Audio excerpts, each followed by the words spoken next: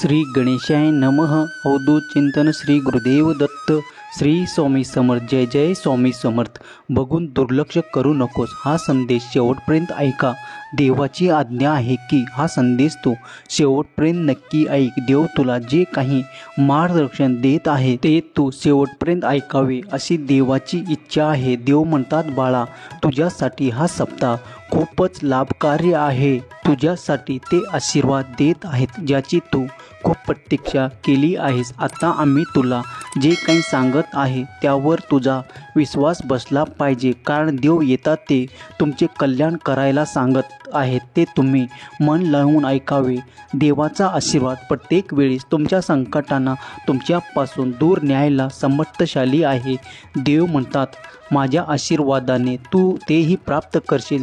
त्यासाठी तू खूप काही प्रयत्न करत आहेस. बाळा, तू सहजगत्या ते प्राप्त करशील, कारण मी तुला योग्य मार्गावर चालवणार आहे. जर तू दाखवत असलेल्या मार्गावर चाललास तर तुला खूप लवकर ते सगळं काही प्राप्त होईल याची तू अपेक्षा ठेवतो. ज्याचे तू स्वप्न बघतोस बाळा, ते आर्थिक चमत्कार तुझ्याकडे येऊ पाहत आहे, कारण तू त्या दिशेने कर्म केले आहेत. आम्ही जाणतो तू खूप प्रयत्न करत आहेस, पण कधी कधी तुझ्या मनात तळमळीचं काहूर उठते. त्याला आम्ही आज नष्ट करायला आलो आहोत.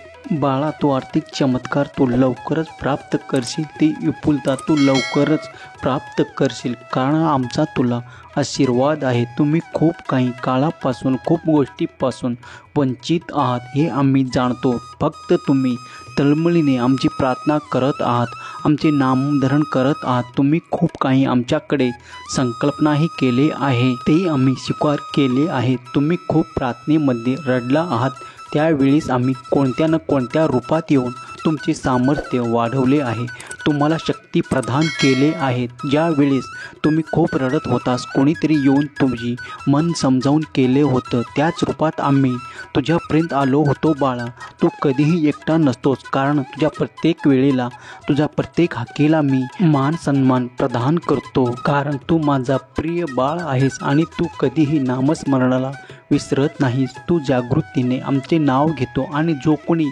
ईश्वर चिंतन करतो, परमेश्वर चिंतन मन लावून करतो, त्याला कधीही या जगात कशाची कमतरता भासत नाही. बाळा, ज्या कोणी स्वतःच्या तब्येतीबद्दल खूप काही प्रश्न केले आहेत ते देखील लवकरच सुटणार आहे. आमचा आशीर्वाद तुमच्यावर आहे. तुमचा सुद्धा कल्याणच होणार आहे. तेव्हा आता काही नकारात्मक ऊर्जा नाही, काही नकारात्मक विचारांनाही तुम्हाला वेढले असेल तर ते याचं वेध सोडून द्या आमच्या चरणावर, कारण आम्ही तुम्हाला देऊ इच्छितो ते सकारात्मक विचार, सकारात्मक आशीर्वाद. कारण बाळा, तुला आम्ही बघतो, तुझे कार्य देखील बघतो. तू किती संयमी आहेस हे सुद्धा बघतो. तू ते कार्य पूर्ण करण्यासाठी कितीतरी प्रयत्न केलं आहेस. आता तू त्या योग्य दिशेनं वळला आहे, कारण तो मार्गही आम्ही तुला दाखवला आहे. बाळा, आता चिंता करणे थांबव.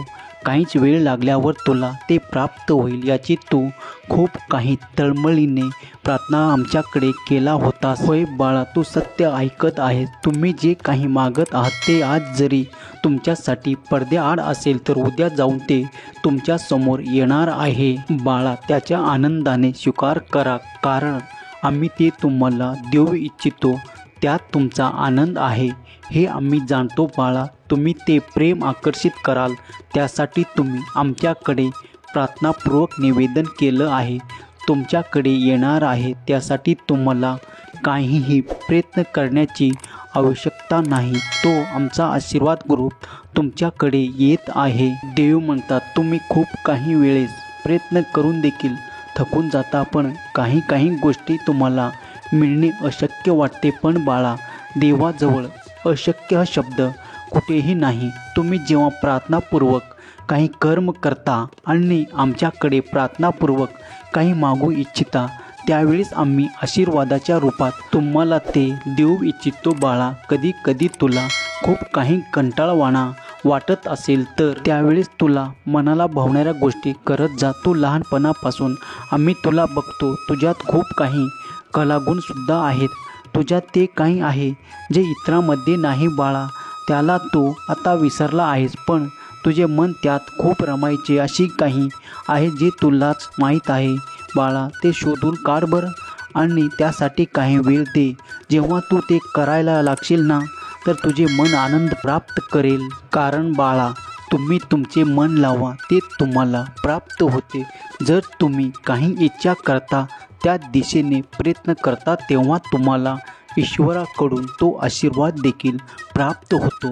बाळा, कधी कधी तुझे मन रमते ना, ते करून बघ, कारण त्यात तुला आनंदाची प्राप्ती होते आणि आनंदी मनामध्ये चांगल्या चांगल्या कल्पना तुम्हाला प्राप्त होतात.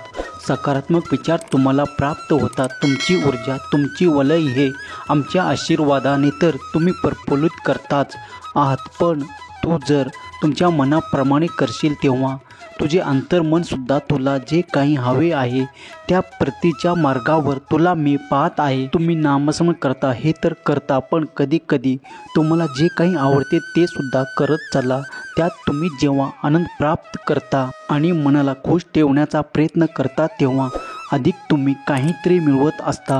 तो आहे तुमचा आत्मविश्वास. होय बाळा, तुमचा आत्मविश्वासही त्याने वाढेल. तुम्हाला आनंदाची प्राप्ती होईल. कधी कधी वेळ नसताना थोडा वेळ काढून मुलामध्ये थोडा वेळ घालवायचा. त्यामुळे तुम्हाला एक नवीन ऊर्जा प्राप्त होईल बाळा.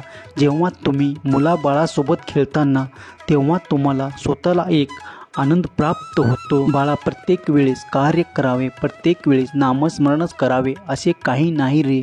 जर तुला ज्यात मन रमवता येईल ते कधी कधी करत जा बाळा. तू जे काम करतोस ना, त्यात तुझे मन रमावं, कारण त्यामुळे तू अशा गतीने पुढे जाशील की तू सुद्धा विचार करशील बाळा.